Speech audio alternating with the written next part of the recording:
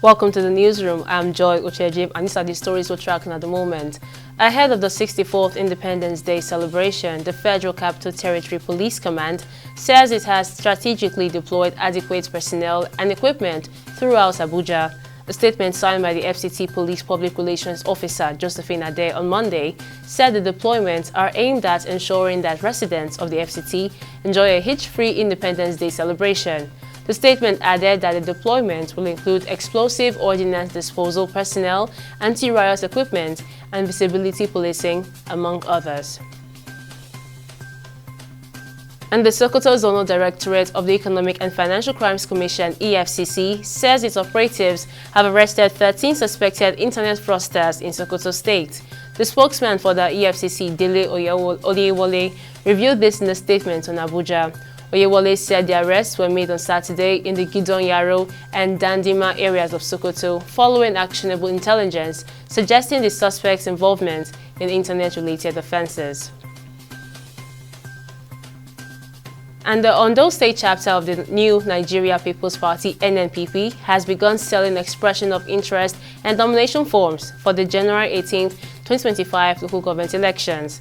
According to State Publicity Secretary Oluwafemi Olalere, the form sales will run from September 30th to October 18, 2024, and interested aspirants are encouraged to secure their candidacy for various local government positions. Olalere said that NNPP aims to empower diverse candidates to represent all segments of society, following on development, transparency, and accountability.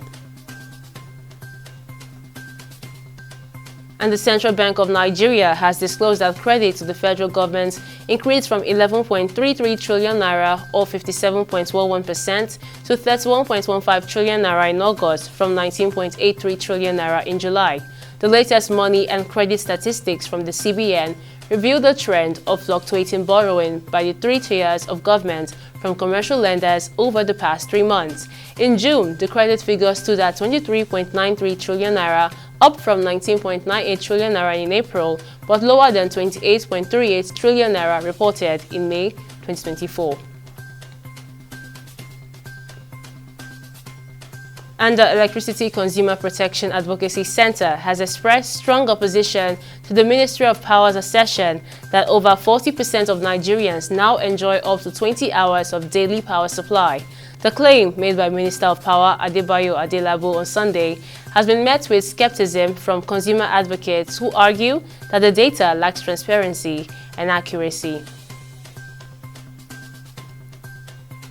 And on the foreign scene, U.S. President Joe Biden has on Sunday approved $567 million in defense assistance for Taiwan, the White House has said, as China ramps up political and military pressure on the self-ruled island. While the United States does not officially recognize Taiwan diplomatically, it is Taipei's key partner and major provider of weapons, a point of contention for Beijing, which has repeatedly called on Washington to stop arming the island, which it claims is part of its territory. And finally on sports, Galatasaray technical director Okan Buruk bemoans the injury to Victor Osimhen as the striker races to be fit for the club's subsequent matches.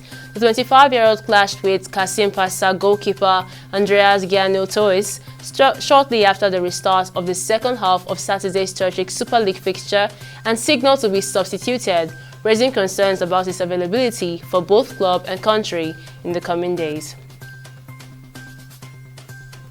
And these are the major stories from our newsroom at this moment. We'll update you at the top of the hour with more stories. I'm Joy Ochejim. See you next time.